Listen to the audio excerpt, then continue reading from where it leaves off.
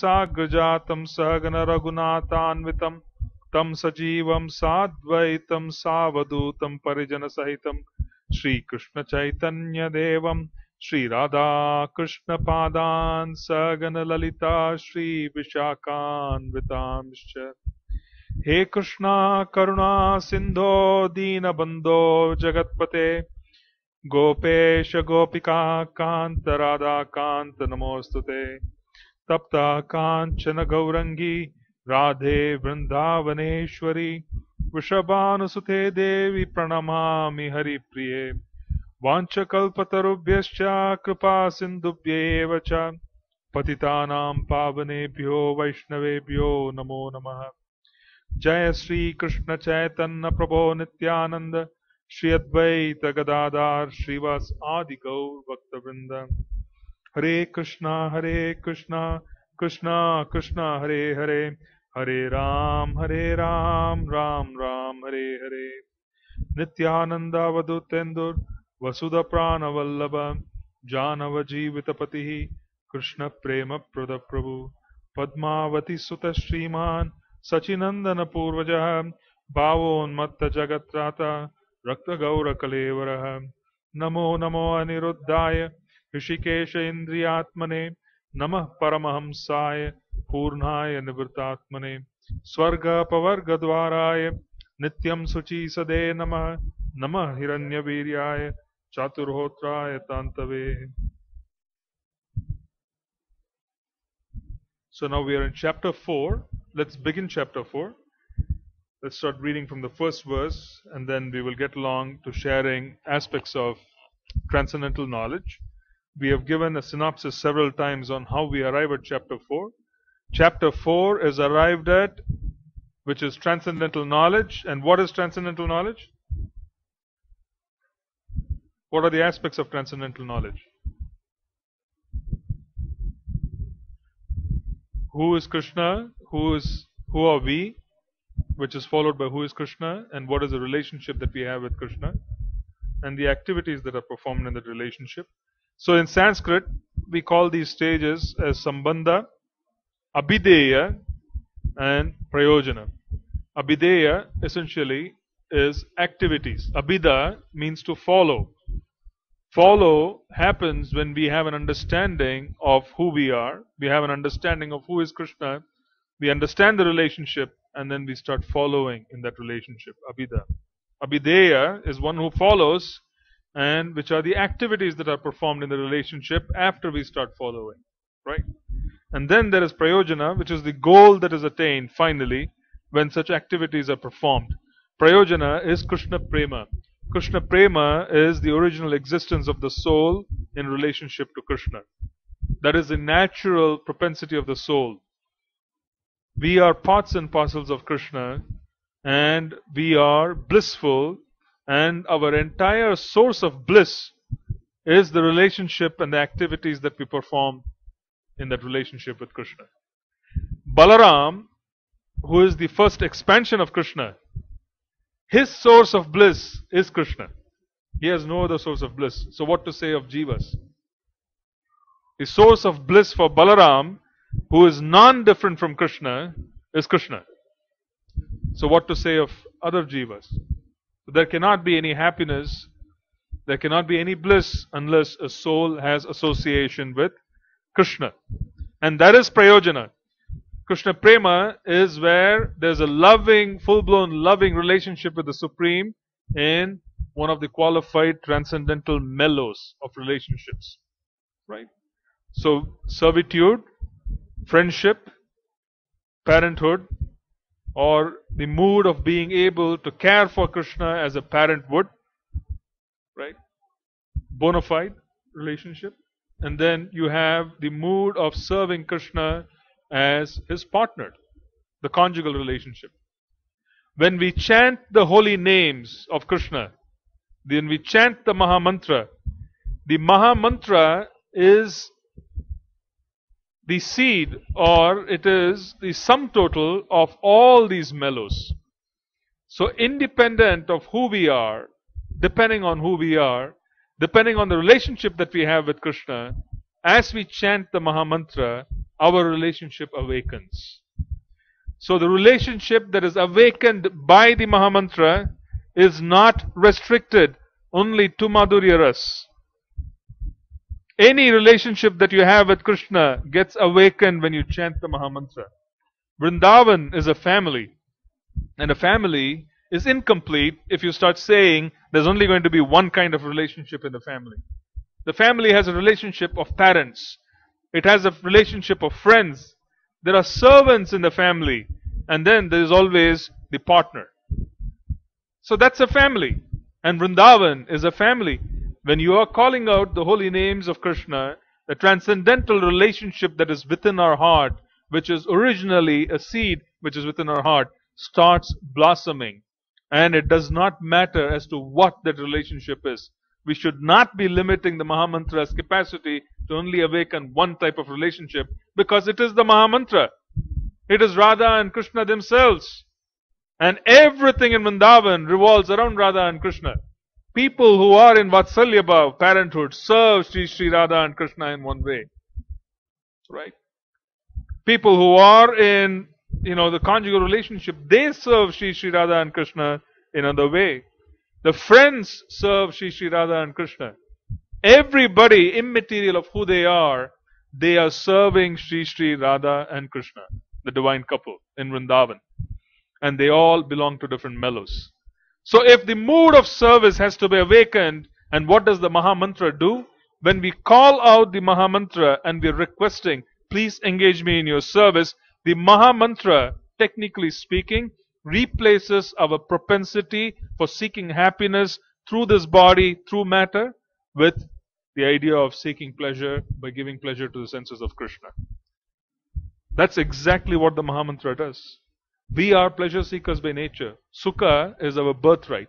We are constantly seeking sukha in different aspects. What does the Mahamantra do? The Mahamantra has the ability to take our propensity to seek happiness from different material aspects and replace it with Krishna. The Mahamantra literally allows us to keep Krishna in the center. And how we are going to keep Krishna in the center? It depends on what our mellows are. Right? So there is absolutely no restriction that there is only one type of devotee who should be singing the Mahamantra. There's one type of devotee who should be chanting. We should only worship a certain kind of deity. No. Right? Chaitanya Charitamrita is full of instances of various personalities. Right? It is full of instances of various personalities who have worshipped Lord Chaitanya and who are connected to Lord Chaitanya in different ways. Should read it carefully. And everything is permissible and everything is contained within the Mahamantra. Right? Everything is contained within the Mahamantra. That's what the Mahamantra is all about. Right? So transcendental knowledge essentially is an aspect where we chant the Mahamantra, and when we chant the Mahamantra, what is it called? What is the process called? Chant the Mahamantra, it's called chanting, yes. Purification. Bhajana Kriya. Bhajan, Kriya means activities, and this is Bhajan. Right? So when we chant the Mahamantra, there is Bhajana Kriya, and what does it result in? Anartha Nivritti. That which has no meaning. What does it mean? Our propensity to seek happiness from aspects other than that which is related to Krishna. That which has no meaning is anartha. That gets completely destroyed. And then the relationship starts blossoming. Right? See, the whole idea is that until and unless we decide and we focus and have the ability to give full attention to Krishna, Krishna is not willing to come forth. Right? So it's premature when we have material desires to think that we have already reached an advanced stage. It doesn't make sense. So in other words, what I am trying to say is that this is a scientific process. You cannot break the system. You cannot subvert it. You cannot go ahead of the line. If you follow the process, whatever has to happen will happen logically. It will happen at the right time. Right? So some of you are initiated. Right? When some of you are initiated, we also realize when some of you are initiated that when you came in touch with Prabhupada's movement, at that time you had no clue as to how you were going to be meeting your spiritual master. But then there was a certain process that you followed. It went step by step, and then you, at the right time, got introduced. At the right time, you were accepted, and at the right time, there was progress. Isn't it? So we got initiated. There was the first initiation, and then some of us got initiated for the second time, second initiation. None of these processes were controlled by us. It automatically happened because you sincerely serve the holy names, you serve the Vaishnavas, and you serve Lord Chaitanya Mahaprabhu's movement. Automatically, whatever is required for us to go on to the next stage is being provided by Krishna. So there should be absolutely no anxiety for us to start thinking that some arrangement will be made, will not be made. Am I doing this? Am I not doing this? You should go ahead and follow exactly what you've been doing until now and improve on it. And whatever is required, it's provided. And what is required? It is required that we understand, have a deeper understanding of Krishna. That is transcendental knowledge. Transcendental knowledge will come to us. It will come to us. We will know and we will be able to recognize who we are in relationship to Krishna when the time comes. Right? We will know specific details. So there's absolutely no ambiguity. In other words, it's a process which is scientific. If I do it, I can get the results. If someone else does it, they get the results. There is no ambiguity if they follow the process tightly and correctly. Right? There's no ambiguity. And we should never ever think that there is any ambiguity in how Krishna manages things. He does not leave any chance. He has given us instructions. We follow the instructions, the results will follow automatically. Right? And it requires the qualities. One of the qualities which is required is you need to be desperate. Why would anything so wonderful, which is the highest gift a living entity can ever obtain, why would it be given easily? And why do we even expect that it should be easy? Why would it be given when we have other priorities? Do we have other priorities? The answer is yes. There are other priorities, because if the other priorities were not there and this was the only priority, then automatically everything will move fast. We do have other priorities, and Krishna realizes that. So as we take time for us to bring him to the center while managing other priorities effectively, then Krishna decides that, okay, now I am in the center, you are focused, you are now eligible. Even that is done by his mercy. He automatically provides that information. He makes all the arrangements, he gives us all the experiences. Every experience, the beauty is this, that every experience once you come into spiritual life is an experience that will reinforce our faith. If you take it as an experience. You want to know what is transcendental knowledge? Transcendental knowledge is available on a daily basis, immaterial of where we are. Every experience that we have during the day is an opportunity for us to understand that Krishna is arranging with love. Can we look at every circumstance of our life and then understand that you have arranged it with love so that I could come closer? Isn't that what we are asking for when we chant the holy names? We are saying, engage us in your service. Srimati Radharani and her servants are looking at us. And they are saying, how could I engage you in service because you are not ready?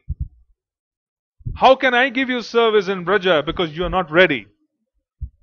So what are they doing? They are setting up things for us during the day to make us better servants. They are constantly giving us opportunities to become better servants. They are looking at us and they are making arrangements. Do we have the ability to see every arrangement that is being made as an arrangement made by Krishna, which is a gift? If you take it as such, you will see the gift and we will be able to make progress. The less and less we have the ability to look at the arrangements made by Krishna during the day, we start seeing matter. Isn't this what it is? You either see matter or you see spirit. You go to Vrindavan, you can either see the pigs and you can see the drain, you can see the poverty, you can see everything else that is happening in Vrindavan. Or you can see the pastimes of the Lord happening in Vrindavan. Matter and spirit are arranged together. Srila Jiva Goswami asked Lord Nityananda, saying, how is it possible that we call Vrindavan, Navadvip Dham, Dham? How is it possible that this is a spiritual place? How can this coexist? How can spirit and matter coexist in harmony? Which is a very logical question Jiva Goswami asked him. And Lord Nityananda Ram gave him Siksha. He said very clearly that yes, there is matter, but then there is a thin film of spirit which covers this matter. Right? I'm sorry, it's the other way around. This is spirit, Vrindavan is spirit, it is 100% spiritual. There's a thin film of matter which covers that spirit. Okay? Perception of how you see it. Can you imagine this? It's perception. So now, what happens is, he says, those who are transcendently situated, they are on the spiritual plane. Those who are materially situated, they are on the thin film. Do you see that? So for example, I'll give you an example. It's a personal experience of mine. I shared this before. Several years back, I was in Mayapur, and I had gone from the West. And I've been out of India for several years. So it's almost like 15 years or 10 years or whatever the case may be, long period from away from India. So the conditioning or what we perceive as what a natural surrounding, it becomes different as years pass. In India, while we were there, we would probably not hesitate having water at a certain place when we grew up in India. We probably did not hesitate buying things off of the, whatever, on the road. You have in India, right? In Bombay, you have this Bel Puri and different kinds of things. People would probably not hesitate buying those off of the street while they grow up in India because, when we grew up as children, we did that. We went, we didn't have a problem, we didn't think twice about having, some chart or something when you're in front of a school. We didn't even think twice about, the flies or anything. I do not know. India was pretty incredible, but then we participated in that. But then, imagine staying out of India for around 5 or 6 years, 10 years, and then we go back to India. There's a completely different perception of what should be done and what should not be done. Now you've been conditioned to a certain kind of lifestyle. Then you start immediately saying, oh, this is dirty. I cannot have this water. I should have bottled water. It should be this. It should be that. Now there's a whole stack of different rules and regulations that we put in because we have been conditioned in a different way altogether. We have been conditioned. Can you imagine this? Just a few years you get conditioned. So I went after several years to Mayapur, and when I entered into Mayapur, initially, there was this perception. I went to the first ashram. I went to Devanand Pandit's ashram. Devanand Pandit's ashram in Mayapur is very special. You should go. If you ever go to Mayapur, that's the first stop. If there is any place which can absolve us of Vaishnava aparadh, it is that spot. Chaitanya Mahaprabhu has placed specific benedictions in different places. In Devanand Pandit's ashram, he has made the specific benediction saying that if you want to go and you want to be absolved of Vaishnava aparadh, you go there and you chant Hare Krishna, and then there is called Prayashchitta. It doesn't mean that, we should even think of committing aparadh. But Mahaprabhu has placed that benediction. Because Devanand Pandit, he was a very proud scholar who used to chant and who used to teach the Srimad Bhagavatam. He criticized the learning of Srivas Pandit. He criticized him, and Sri Mahaprabhu actually basically he basically committed very big aparadh towards Srivas Pandit. But Mahaprabhu then gave a benediction to him and absolved him of that aparadh, and the place where Devanand Pandit did his bhajan became known as that particular ashram where you could go and you could do bhajans and you could chant and you will be relieved of Vaishnava aparadh. So that was the first spot I went to, and that is also the samadhi of Srila Prabhupada's Guru Maharaj, Sannyas Guru, Keshav Maharaj, right? Bhakti Prajna Keshav Maharaj, his samadhi is in Devanand Pandit's ashram. So when I was at the Samadhi Mandir of Keshav Maharaj, I saw Charanamrit, and the Charanamrit was milk, and there were flies sitting on it. So they picked up a spoon and gave me Charanamrit. I accepted it, but there was some hesitation in my mind. I was not able to wholeheartedly accept it. So the moment I took the Charanamrit, I had this feeling in my heart that this way, with the consciousness that I had and the conditioning that I had, doing Dham Seva, doing Yatra in the Dham was practically useless. Because going from place to place, constantly becoming conscious, oh, this is dirty, this is clean, I'm this, I'm that, that's not the way you do Dham Seva. Because when you do that, what are you situated on? You are situated on the thin film of matter. I am focusing on matter when I am seeing matter. When I am seeing matter, I am focusing on matter, I am situated on matter. I have lost consciousness that I am a servant of Lord Chaitanya. Now I have become conscious that I am this body and I am focusing on matter. So I decided, the moment I went there was the first mercy. And mercy was available for me at the time, and immediately I realized that this way I would not be able to do parikrama. I realized that. Then I knew, by the mercy of Mahaprabhu, that I should beg for mercy from Lord Shiva and Maya Devi, because they are in charge of providing vision. In the Holy Dham, the reason why we first visit and we pay obeisances to Gopeshwar Mahadev, and we pay obeisances to his consort Maya Devi, is so that they would lift that veil of matter from our eyes, would allow us to be able to see the truth. So I started offering prayers, because I told that Prabhu who was with me, I said, please take me to Kshetrapal, take me to Shiva Mandir, whoever, Gopeshwar Mahadev's Mandir. So we went there and I offered prayers, saying, please help me. So then I realized that the next stop, I think, was Jagannath Das Babaji Maharaj's ashram. And in that ashram, when I was paying obeisances, my consciousness had shifted. I was not thinking about the dust. I was not thinking about it was wet and dust and so on and so forth. My concentration was, this is wonderful, because each particle of dust, it could have touched the lotus feet of Lord Nityananda. It could have touched the lotus feet of Lord Chaitanya, because this is Mayapur. So the whole consciousness had now shifted from one that was situated on matter to one that is situated on spirit. Do you see this? Now both can coexist, but then if you make a shift internally, you are able to focus on spirit while we are able to reject matter, which is just very powerful. And then every experience after that was very powerful, because now I was able to connect at a spiritual level.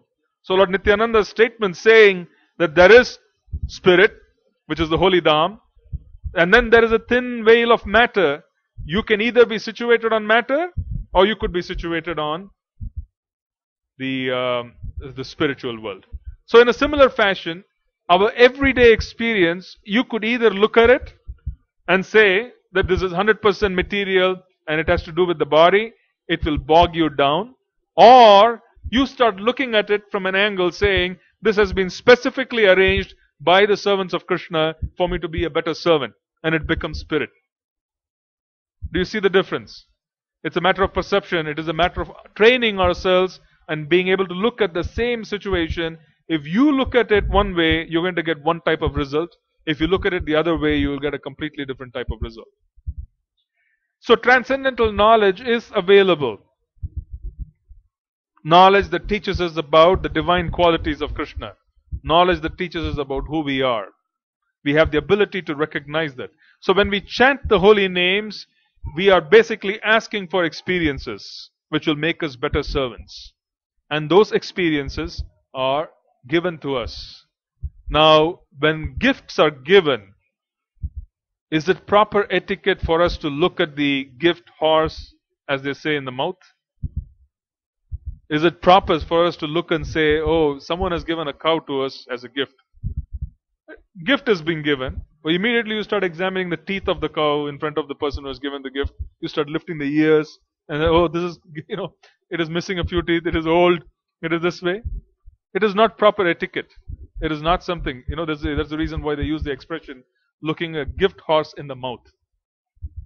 If it's been given as a gift and the horse has been given as a gift, you accept it. So who are we to decide what kind of experiences are suitable and not suitable for us to move forward? Do we have the intelligence? We were in charge until today.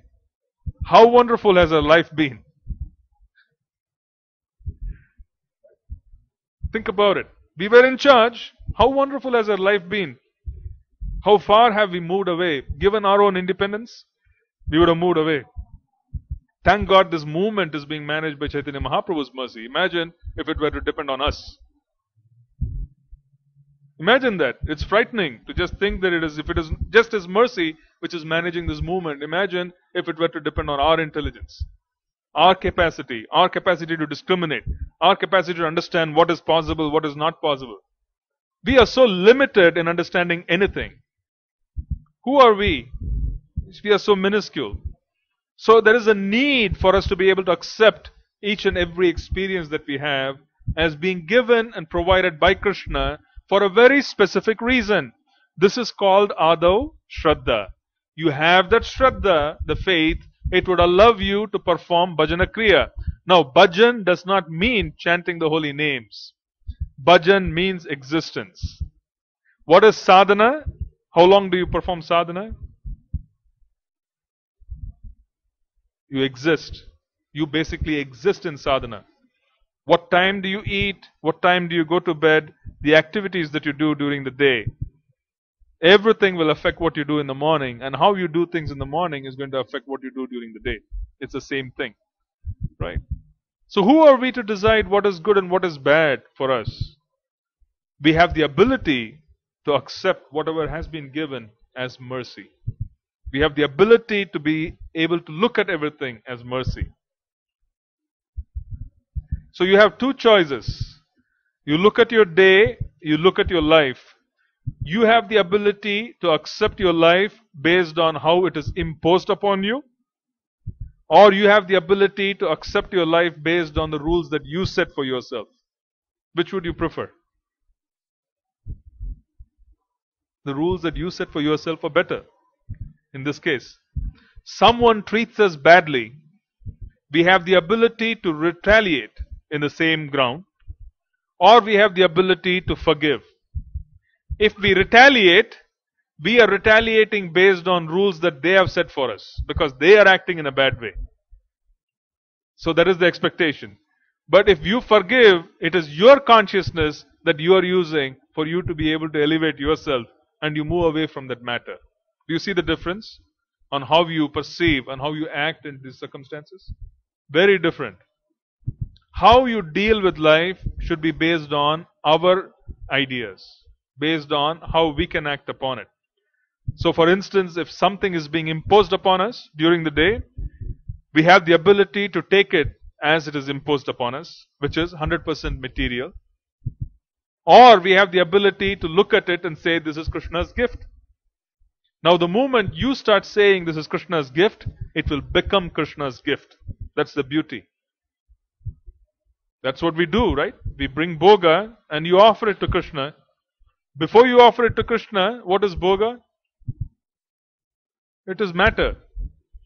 But the consciousness with which you purchase, the consciousness with which you cook, and then you bring it and you offer it to Krishna, you chant mantras, what does it become? Spiritual. So we have the ability to look at everything and make it prasad. Because in reality, everything is prasad in our lives. There is no ambiguity in that. Everything is prasad. Everything is prasad.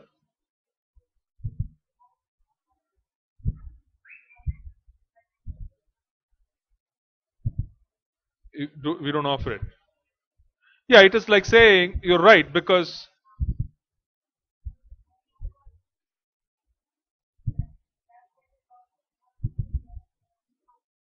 that is right, but then it is like saying that how are you going to develop your relationship with him? So you can bring everything from the shop, you can cook it, and then you can tell your children, serve yourself, eat, and you can move away because you have done your part, food has been made available. Or you can ensure that you eat, you bring it to them, you feed them, and so on and so forth. So while it is true that everything is Krishna's gift, the idea is that you are using that to serve him, and by doing so, you are developing a relationship. Right? So that's what you need to do. So now I just wanted to bring a perspective here, because transcendental knowledge, people normally think transcendental knowledge is to be associated 100% with only the pastimes of the Lord, which is true. But in reality, transcendental knowledge is our ability to be able to see Krishna in everything. How can we connect everything to Krishna? That is transcendental knowledge. So let's start with that. Transcendental knowledge, the first verse, Sri Bhagavan Uvacha Imam Vivasvate Yogam Proktavan Aham Avyayam Vivaswan Manave Praha Manur Iksva Kave Bravit. The personality of Godhead, Lord Sri Krishna said, I instructed this imperishable science of yoga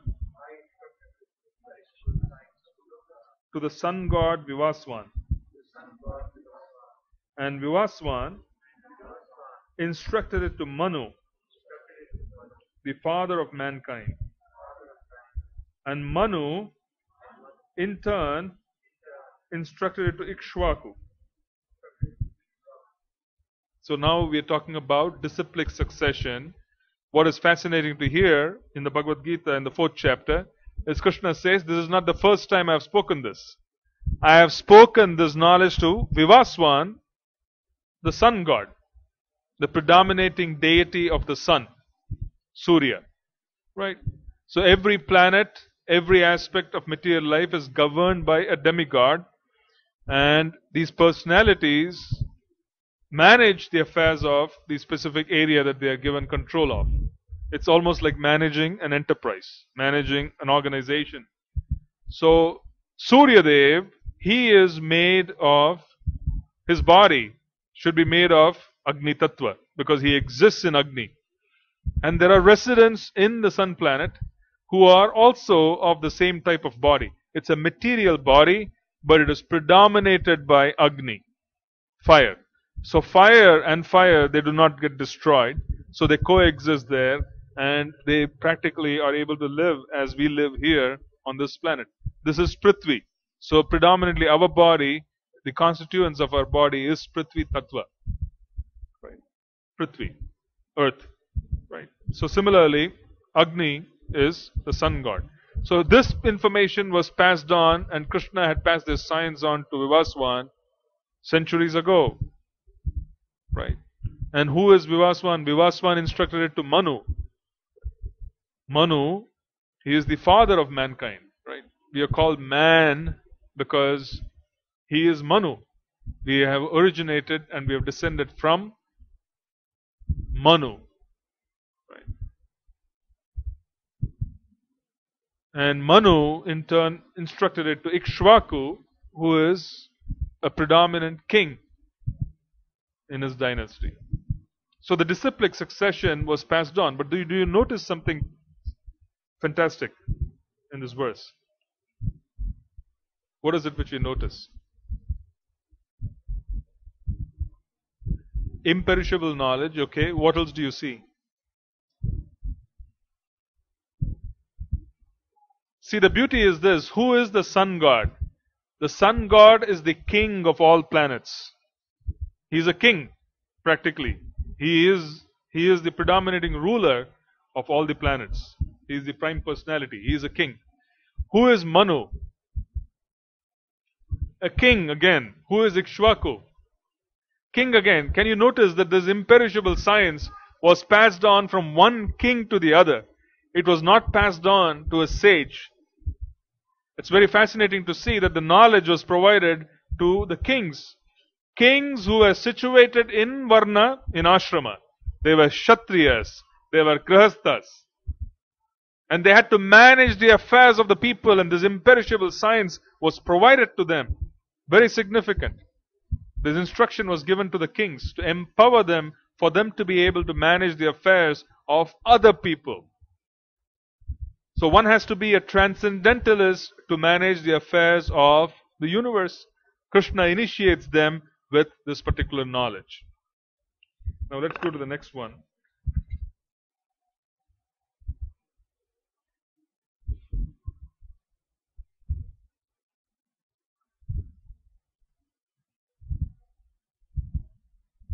Evam parampara praptam imam rajarishyo viduhu sakala neha mahatan Yogo Nashtah Parantapam. This supreme science was thus received to the chain of disciplic succession, and the saintly kings understood it in that way. But in the course of time, the succession was broken, and therefore the science, as it appears, to be lost. So the supreme science was thus received through the chain of disciplic succession, and the saintly kings understood it that way. So the kings were saintly. They were rajas and they were rishis. What is the significance of being a raja rishi? What is the significance of being a raja rishi? Whatever they do, their identity of being a king is secondary to their identity of being a sadhu. Their identity of being a sadhu essentially means that Krishna is kept in the center. Their relationship with Krishna is in the forefront. Being a king is secondary. It is extremely important, but it is secondary. So how do they act as kings? They act as kings with full knowledge of their relationship with Krishna. So what do you do when you act as a king with full knowledge of being related to Krishna? What does it mean? Essentially, your intelligence is being guided by Krishna himself. Full knowledge of their relationship with Krishna, understanding very clearly that what is the priority of Krishna. What would Krishna have me do this particular minute? What would Krishna have me do in this specific decision? Absolutely no regard to sense gratification. Even though externally they appear to be living in palaces surrounded by many queens, internally they are 100% surrendered to Krishna and follow his instructions. The intelligence, Buddhi Yoga, which is spoken of by Krishna, intelligence being guided, intelligence in touch with Krishna takes place. Do we understand? So that's a Raja Rishi. Not distracted by the power, not distracted by the opulence. They are 100% understanding that this belongs to Krishna. How do I act? What is going to please Krishna in any circumstance? Any circumstance, the first question is this pleasing to Krishna? It's natural. They cannot act beyond that. They are Raja Rishis.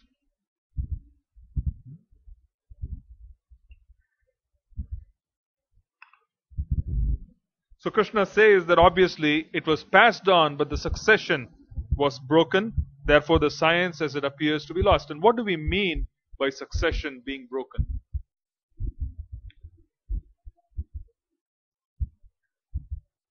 Yes? What does it mean?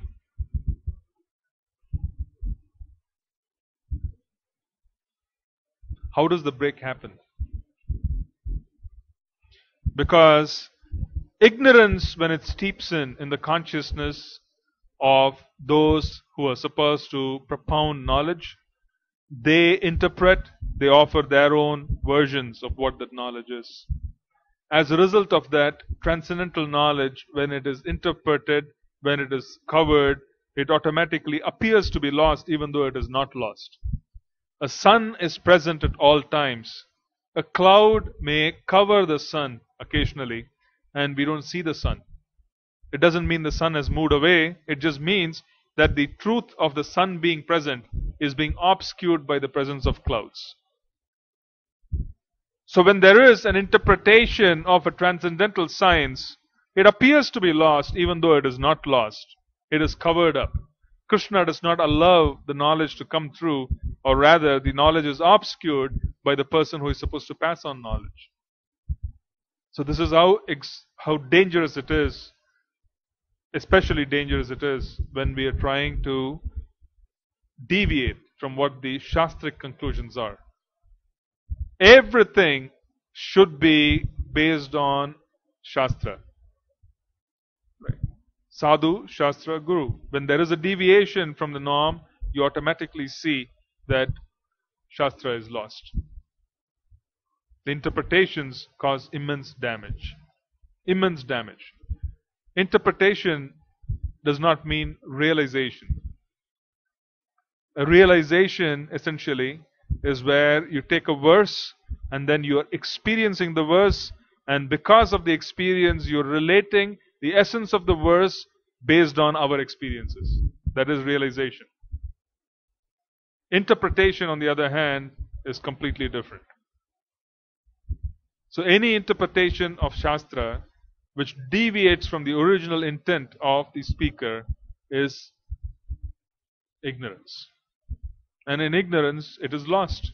Our entire Vaishnava Siddhanta, the Gaudiya Vaishnava Siddhanta, was lost. It had to be uncovered by Sri Bhaktivinoda Thakur. People obscured it with their own interpretations of what it is supposed to be. There were many pseudo-religionists, there were many pseudo-Vaishnavas, there were many pretenders who believed and behaved as if they were more sacred than they were supposed to be. They acted in a manner where they thought that they were supposed to be more sacred, and quite naturally everything was lost. Bhaktivinoda Thakur single-handedly re-established our Siddhanta. Single-handedly re-established our Siddhanta. Can you imagine his task?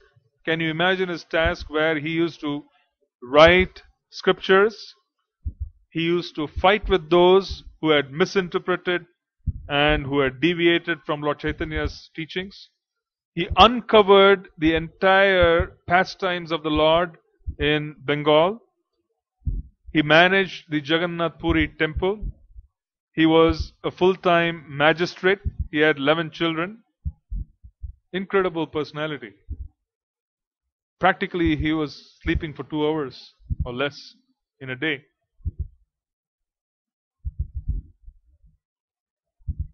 Intense.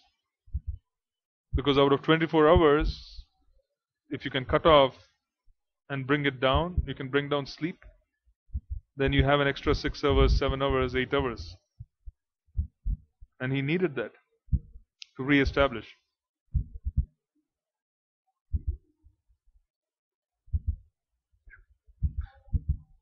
It was obscured, it was lost. It was lost in the sense that it was not obvious the place of his pastime, his birth, scriptures, everything was interpreted. It was all highly disorganized. Initially, when Mahaprabhu left, there was the invasion by Muslims in Vrindavan. So they destroyed many of the temples. A lot of deities had to be moved. The mutts were destroyed. Everybody moved, and there was a lot of disruption during those times. And then slowly, steadily, because the Vaishnava Sangha got thinner, then there was a lot of room for misinterpretation. There was room for deviations. Oh, Mahaprabhu said this, Mahaprabhu said that, Mahaprabhu did this. So very sincere adherents were few. Those Shastras were passed on from one person to the other. Sri Bhaktivinoda Thakur was the one who single-handedly re-established the Gaudiya Vaishnava Siddhanta. He took the scriptures of the Acharyas, he re-established them, and then his son, and then during Bhaktivinoda Thakur's presence here, we had Gaura Kishore Das Babaji Maharaj, we had Jagannath Das Babaji Maharaj. There were a few other Vaishnavas who were Gaudiya Vaishnavas, but it was Bhaktivinoda Thakur who single-handedly did all of this. He wrote over 100 books. He used to change his name, and he used to write articles in the books and the journals of the deviants, trying to change their ways. He used to converse and give lectures, and he used to present his theories and so on from the scriptures in front of the Christians, because those days the Christians, it was the British rule, and Christianity was also being developed. He wrote the the teachings of Lord Chaitanya, and then he published it. He sent it to different universities around the world. And then there were many responses from very famous scholars to Bhaktivinoda Thakur. He used to keep in touch with them by writing and giving them more knowledge about Chaitanya Mahaprabhu. So if you actually look at it, Krishna empowered him, And single-handedly, he turned around and re-established the Siddhanta. And there were so many challenges, there were so many interpretations, and this is the nature of Kali Yuga, this is the nature of ignorance. Even something wonderfully transcendental, when it comes in touch with matter, somehow or the other matter tries to cover it one way or the other, and it gets obscured, the message gets obscured. Right? So it is the mercy of the Vaishnava that we get to hear the truth. Yeah.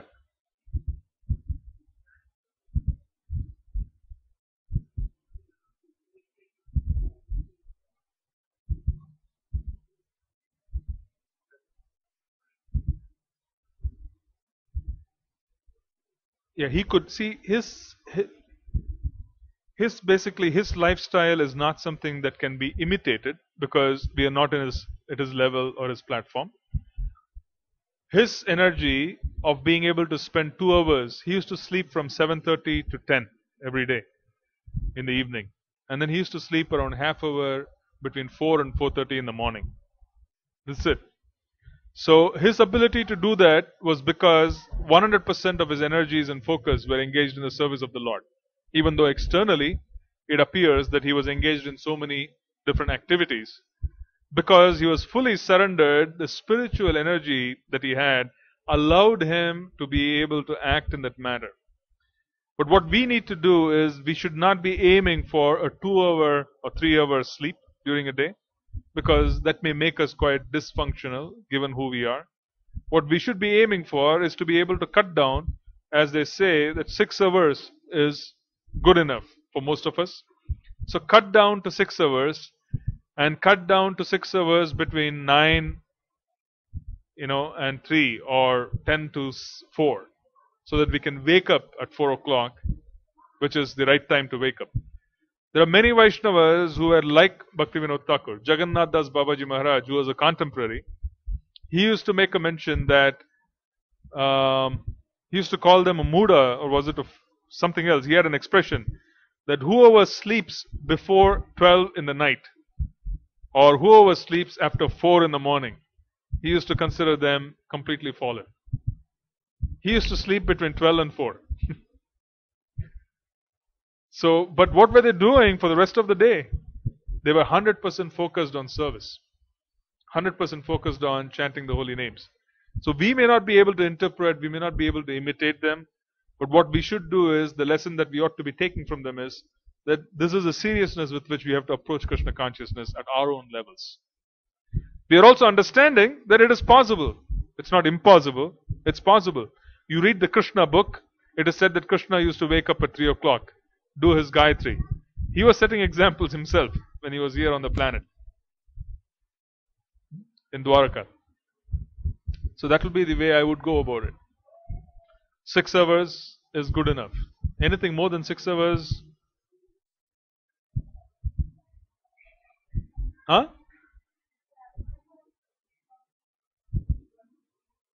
that is the ideal standard. That's the ideal standard. It doesn't change from person to person. It is the ideal standard of 6 hours is good enough. It's good enough for most of us if we discipline other aspects of our life. If we eat at a proper time, if there's some exercise, 6 hours is more than adequate. Yeah.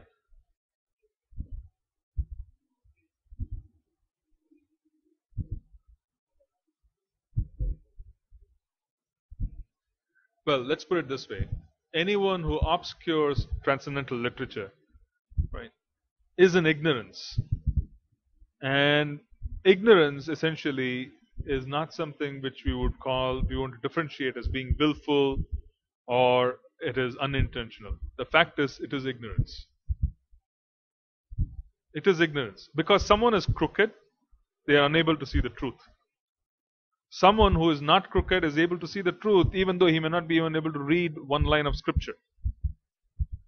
We don't need to even understand scripture if we have the ability to surrender to the Vaishnavas and serve them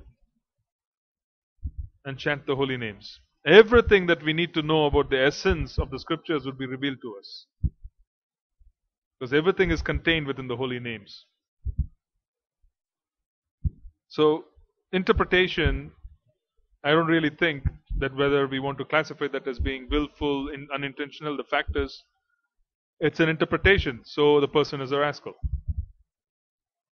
The scripture is very strong. Because imagine, this is devastation in the lives of those who read it.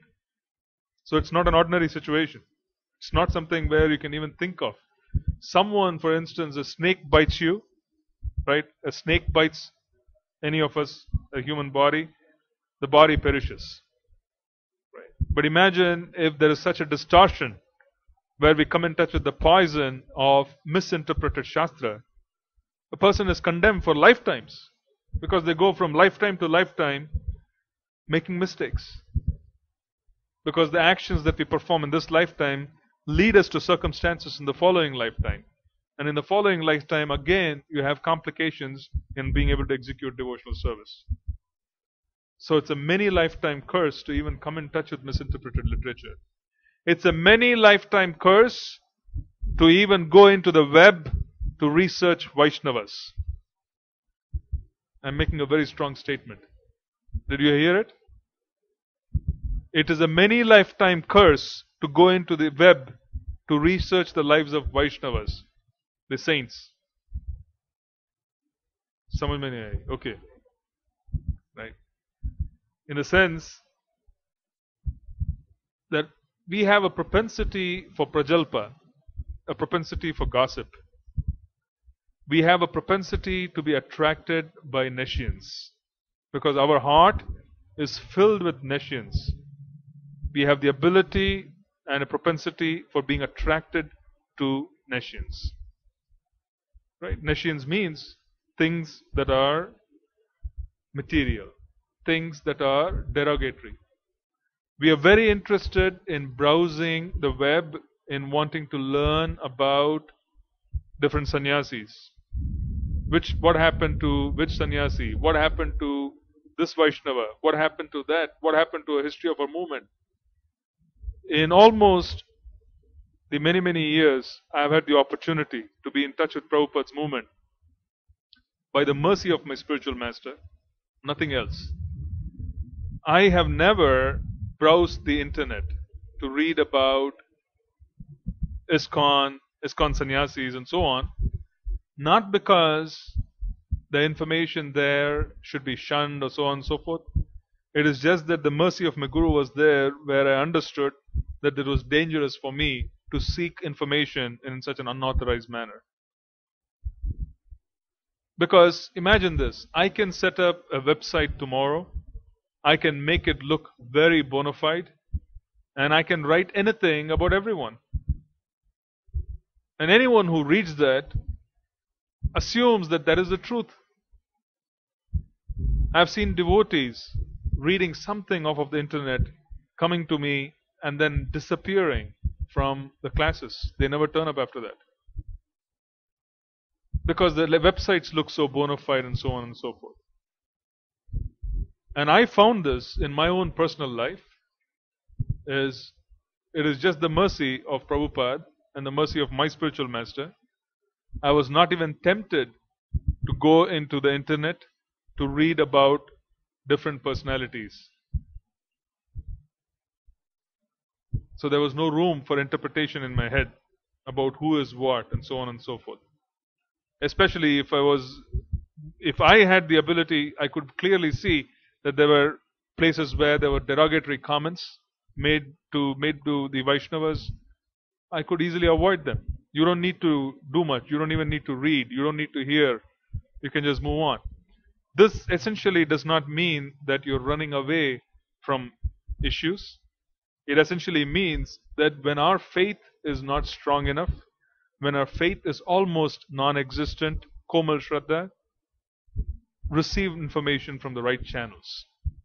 Once you strengthen your faith and you have the ability by the mercy of the holy names and by the mercy of Prabhupada and the Acharyas to be able to withstand and be able to discriminate, then you do some research on your own.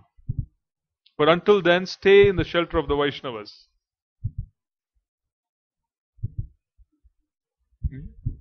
Because there's so much nonsense which is out there. So much nonsense. So much nonsense. And you could say some of that nonsense could be true, but I don't care, it is nonsense. Is it going to help me chant better? Is it going to wake me up in the morning at 4 o'clock? Is it going to make me jump out of bed, picking up my beads, make me enthusiastic to serve? Is it going to make me enthusiastic to read? Is it going to help me treat Vaishnavas better? Then what is the use of such knowledge? What is the use of me adding that information in my life? Because the truth is that this is what I need. I need to be able to chant better. I need to be able to read better. I need to associate and serve better. Why am I trying to get anything in my life which is not going to help me with this? And if it is coming into my life, understand that it is because our desires are not properly aligned. Since our desires are not properly aligned, we are attracting matter. Why is it that not everybody attracts matter? There's such nonsense which is out there. So I'm using some strong language here because I'm just warning you. Do not lose your legacy, do not lose the good fortune that you have come across just because of the propensity of gossip. The propensity for prajalpa, the propensity of gossip is so dangerous, you could be displaced for lifetimes. Do not take chances. If you have doubts, you should approach someone who you have confidence in and seek counsel. That's the safest route, because the person who you have confidence in, whoever is senior, who is a Vaishnav, he is your well-wisher and he or she would be able to help you. Not the fellow who has posted something in the net. They are not your well-wishers. Do you understand? Be very careful with your spiritual life. People who have received gifts, who they do not know what those gifts are the ones who throw them away. Right? Do not throw away your gifts. You have no idea what you have been given. I'm saying this quite arrogantly. You have no idea what you have been given. No idea whatsoever. By Prabhupada. Okay, we'll end here and we'll begin again next week. Any questions? Yes.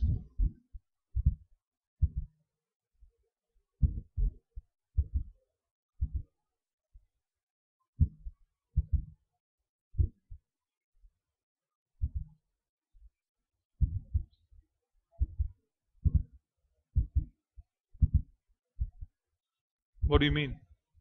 Yeah, keep happy everybody.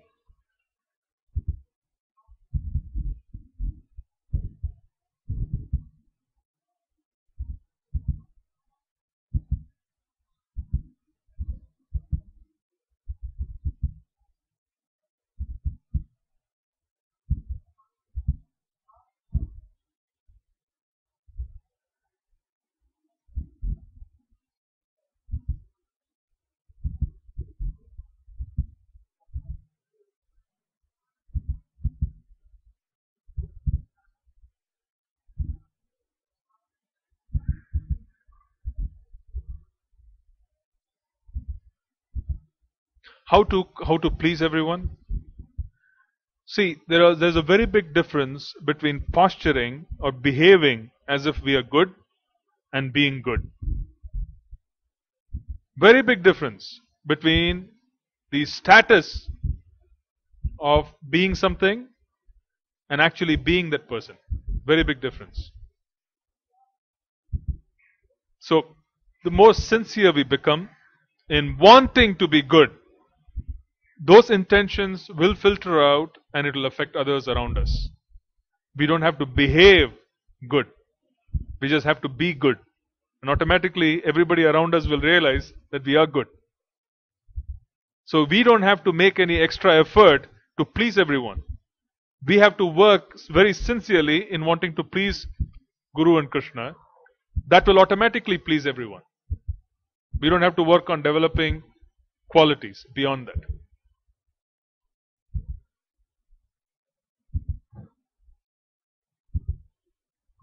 Do you understand?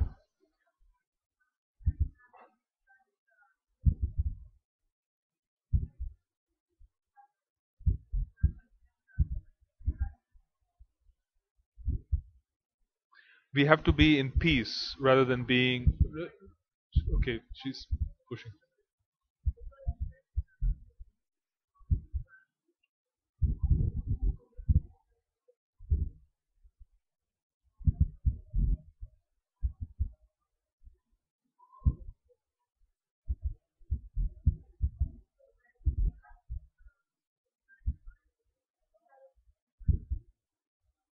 So your point is that you're saying that we have to constantly keep Krishna in the center, and by doing so, we automatically would be doing the highest for ourselves and for others. Absolutely, absolutely, I completely agree, because we do attract and we are able to give what we have in a similar fashion. Yes. Anything else? Yeah.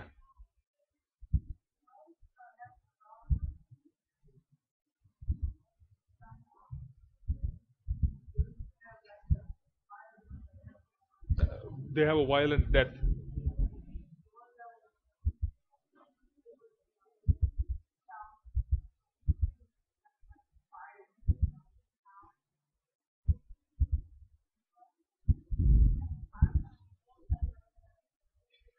See, especially when someone is leading a transcendental life, what they go through during life and during leaving this planet is arranged by Krishna based on what is most suitable for them. As long as one is in a material body, one has to understand that there is some amount of karmic reactions left. Otherwise, we will not be in this body. Being in this body itself is significant because you're saying that there is some prarabdha, some karma that's there from the previous lifetime. That's why we are in this body. So, a pure devotee of the Lord is pure, but yet there are some reactions which are required so that they could be in this body and to serve the movement and to serve the mission of Lord Chaitanya. How they leave is strategized by Krishna as to what is most favorable for them. What is most favorable under the circumstances which would help them? It could be that the remaining reactions can be burnt up immediately, they could go back, right? Or it could be that there is a specific experience of intensity which they required for them to proceed on. So there are many answers to it. Why did Jesus leave the way he left? Why did Jesus leave the way he left? He left the way he left. He was crucified because it was a grand plan. It's a strategy. He allowed himself to be used in that manner. He submitted himself, and Krishna used him in that manner to send a very powerful message for thousands of years on the sacrifice made by his servants on his behalf to bring and help others. It was a very powerful statement.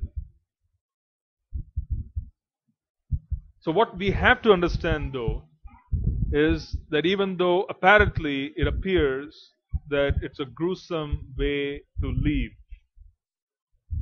there is a very big difference between the suffering of these individuals and the pain they felt.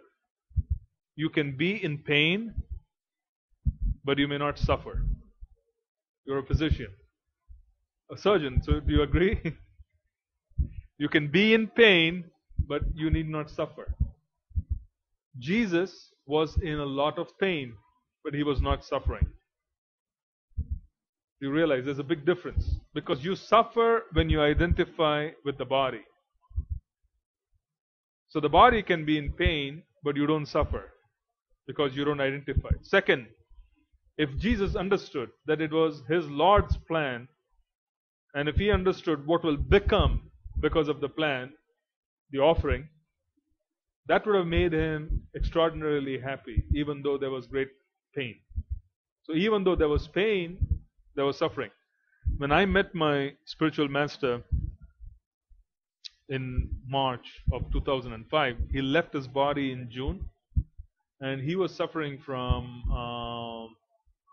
cancer, melanoma, but the melanoma had spread throughout his body. He was practically, the nodes, the neck, and so on and so forth, everywhere. There were nodes everywhere. And he was in such a state where it had gotten into the bones, and the bones had become brittle, but no one can make out externally by looking at his face that he was even in that state physically. So the question that I asked him was, why should there be so much pain? And he gave a very big smile and he answered my question saying, pain in Krishna consciousness is pleasure. Right? I'm not pretending to say that I understood that fully, but that was his statement. Pain in Krishna consciousness is pleasure. Right? So what they experience and what we think they experience are two different things. So externally we are seeing something, their own experiences are very different.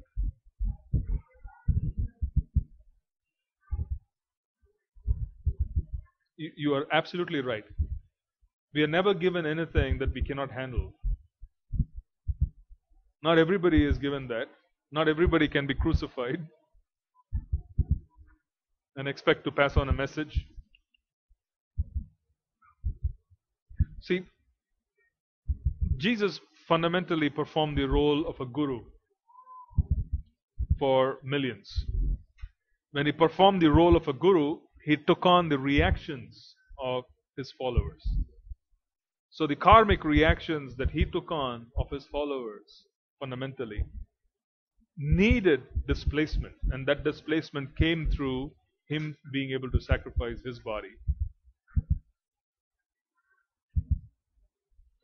So that's what happens. So in many cases, it was also seen that when Srila Prabhupada first came to America, he was quite fit. And then later on, after 6,000 disciples, he started having a lot of bodily problems. People did remark, and he used to remark that, when you're taking on reactions of disciples, then you automatically, the body starts getting affected in different ways to help them move forward.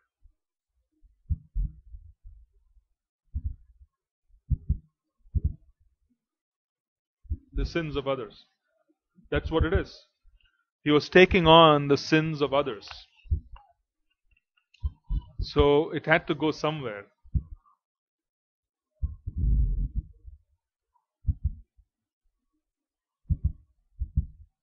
Yes, Raj.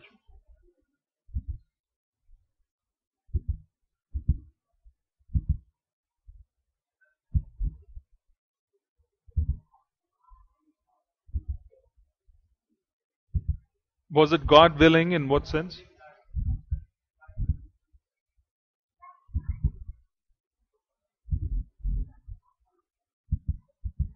See, ultimately one can say everything is Krishna's will. Ultimately one can say that even ignorance is Krishna's will, the covering of knowledge is Krishna's will. But then Krishna himself says in 15:15, he says, remembrance and forgetfulness come from me. What does it mean? He essentially says, since we desire to forget, he provides the means for us to forget. When we desire to remember, he provides the means for us to remember.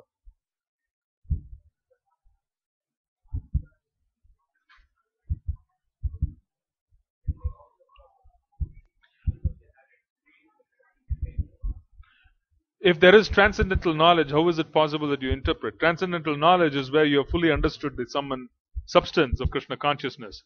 You have understood who you are. You have understood who is Krishna. You have understood the relationship.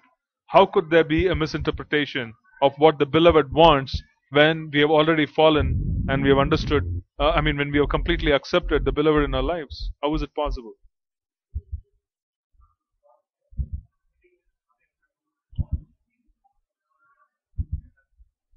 Obviously, yes. At some point, the guru was passing on knowledge, but the disciples decide to interpret it, and then it gets broken. Yeah. Yes.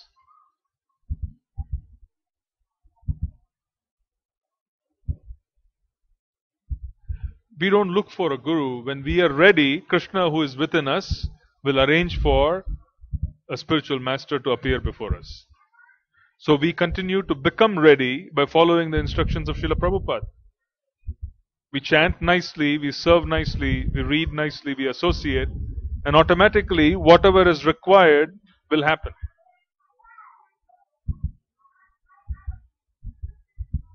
Okay? We'll stop here then. Srila Prabhupada ki. Yeah.